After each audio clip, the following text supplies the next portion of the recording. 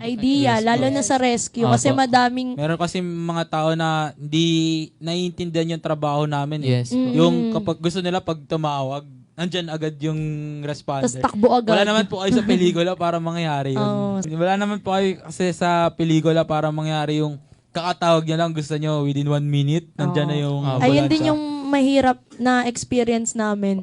Yun na... Mga Marami reklamo. pong nagre-reklamo Reklamo. sa amin. Kasi ngayong COVID po, may mga sinusunod kaming protocol. Hindi kami basta-basta pumupunta dun sa pasyente.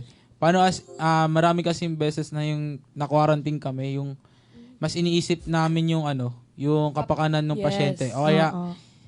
nagsisinungaling na walang COVID symptoms yung pasyente.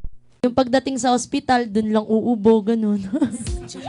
Kaya kadalasan, Opo. pagtapos ng Tapos hindi kami naka-PPE. ng responde namin, ipapa-quarantine kami ng SESU, yung i-swab test kami.